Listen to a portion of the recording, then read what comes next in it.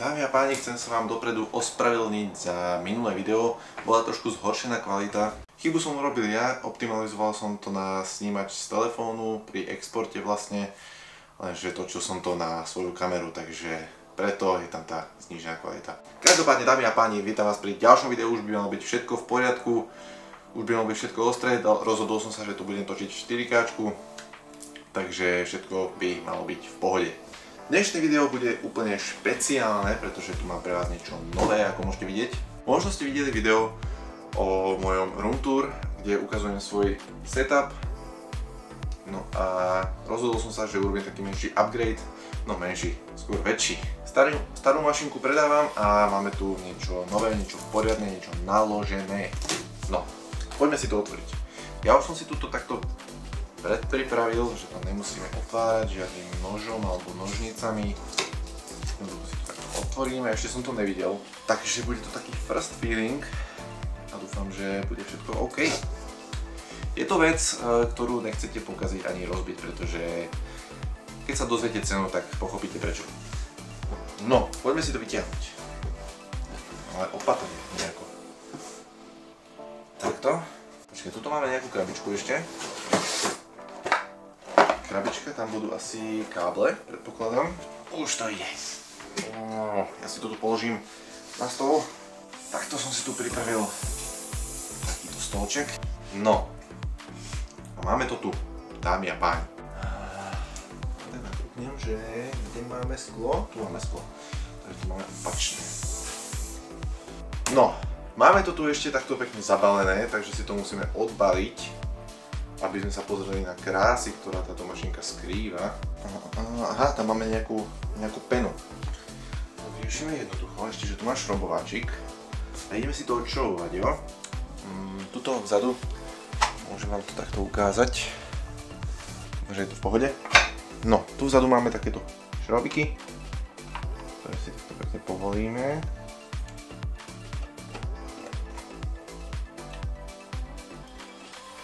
Opatrne.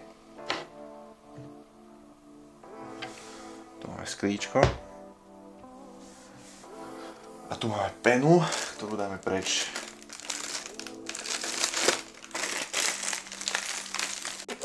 Dali to tam akože perfektne.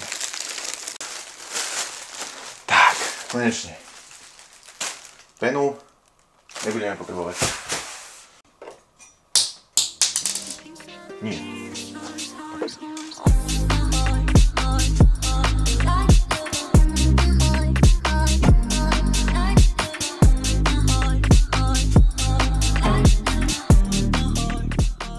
No, dámy a páni, som si istý, že s touto mašinkou si užijeme veľa srandy. Trošku to splýva tuto, takže vnútro nie je až tak vidieť. No a veľmi sa teším na prvé zapnutie, to si ešte dneska ukážeme.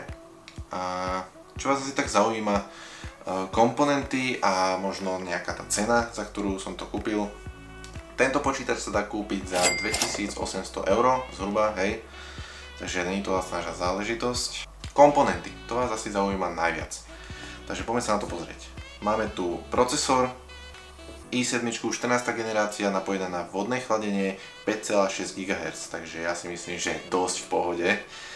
Ďalej, ďalšia dôležitá vec, grafika. Nvidia RTX 4070, 16 GB. Dobre. No, rámky. Má to 32 GB RAM, úložisko 2000 GB. Takže ja si myslím, že pre hráčov, pre streamerov alebo proste pre náročných je tento počítač jak ušitý. Takže tu máme ešte nejaké kábliky, alebo čo? Na to sa ešte môžeme pozrieť.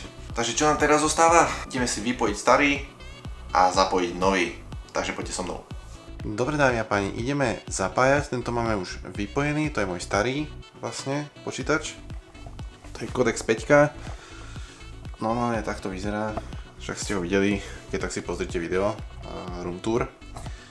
A tu je nová nabušená mašina. No a tuto vzadu som vám ešte zabudol ukázať, že to má také špeciálne tlačítko. Vidíte to tam? To je tlačítko odber, takže to je znak toho, že máte ísť dole pod video a kliknúť na odber. Takže hneď.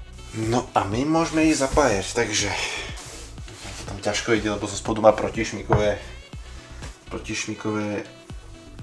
srandy. Tak, ideme to zapojiť. Som sem náschvál nezobral, lebo je tu stiesnené a je tu dosť prach, takže tak. No, čo si zapojíme ako prvé? No, kábel. Že kráľovná bielých tenisiek. Dámy a páni, máme to tu zapojené. Všetko by malo byť pripojené správne. Takže ideme to zapnúť. To tam svieti.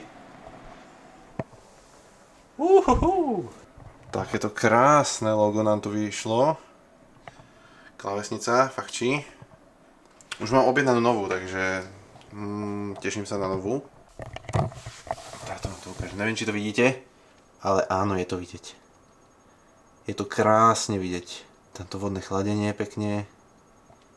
Vetráky idú úplne tichučké, to ja ani nepočujem, že by som niečo zapol. Toto tlačítko zapínania sa mi páči. Aj toto. No, bomba masaker. Ideme zapínať. Takže ja to všetko pospúšťam, pozapájam. Spustím si to tu a potom sa vám ešte ozvem. No dámy a páni, máme to hotové. Pozrite sa, všetko to fičí, máme tu peknú obrazovku. Počítač som nakoniec umiestnil tuto dole. Nedal som ho sem do tejto prepašky, ale tuto ku mne k nohám, aby som mohol vidieť, jak svieti. Ale nie, podľa mňa to teplo lepšie odchádza tádeto, než je to tu. Takže moje vybavenie sa rozšírilo o nový herný namakaný počítač. Ešte čakám na klávesnicu, ktorá mi príde behom týždňa, takže to vám tiež ukážem. Som z toho úplne natešený, vyberal som ju sám. Takže tak, zjednoduší mi to podľa mňa moju tvorbu ako fotograf, ale aj by som si chcel možno niečo zahrať vo voľnom čase, takže každopádne dámy a páni, do komentu mi môžete napísať, či by ste chceli nejaké hry, alebo dajte like, alebo ani nemusíte dávať like. Ja pravdepodobne niečo natočím, pretože mám to v pláne. Medzi tým, čo budú vychádzať videá o fotení, by som sem tam možno niečo herné nahral a vydal to, aby ste sa na to mohli pozrieť. Takže dámy a páni, to by bolo odo mňa na dnes všetko. Ja vám ďakujem, že ste si pozreli toto video. Budem rád za každý odber, koment, like a vidíme sa pri ďalšom videu. Takže čau. A nezabudni dať odber.